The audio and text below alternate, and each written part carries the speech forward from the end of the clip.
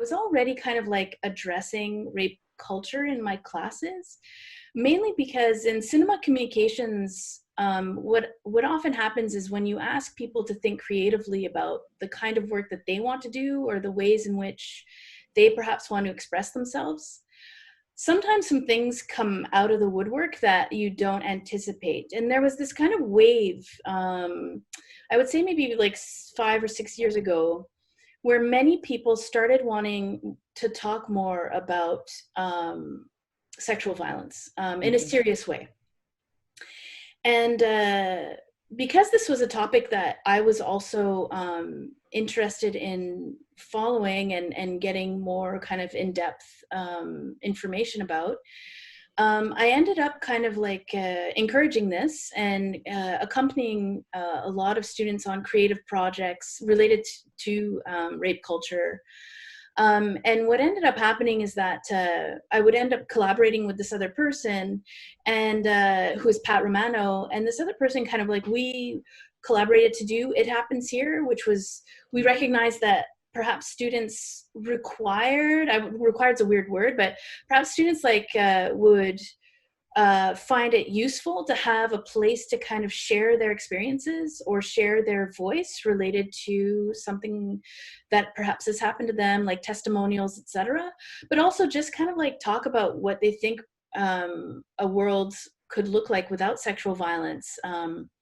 So we developed kind of like this option for students to share their story, or if people wanted to share what had happened to them, but they wanted to remain very anonymous, we just had this kind of like map where they could kind of put a pin and say, something happened to me here, but I'm not going to say anything more. And in some cases, people shared stories there as well. And then there's this other option where, how about we work on creating a manifesto?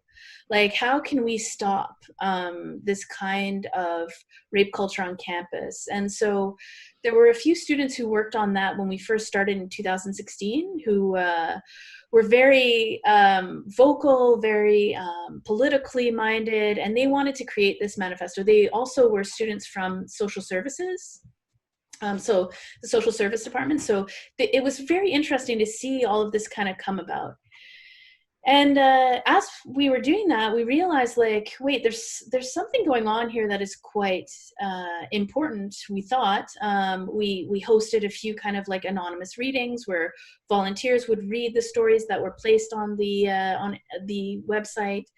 And then we were kind of like, okay, this seems like it's something that could expand to kind of work with kind of resistance to these kinds of injustices, perhaps, that a lot of students are facing regarding sexism, regarding race, classism, ableism, this kind of stuff that we hear more and more, we have heard about, and in our classes, that we realize students perhaps didn't have the tools to address. So we kind of thought, well, we're teachers. Maybe that's our role. Maybe we can kind of help in that regard. So collaboratively, we developed like this pedagogy that would, in essence, kind of help students navigate through some of the kind of intense issues that they see in their real and virtual lives, and allow for tools to be developed through their own kind of like understanding of what these violences are, but also with some of the creative tools that we could give them as well, in the sense of like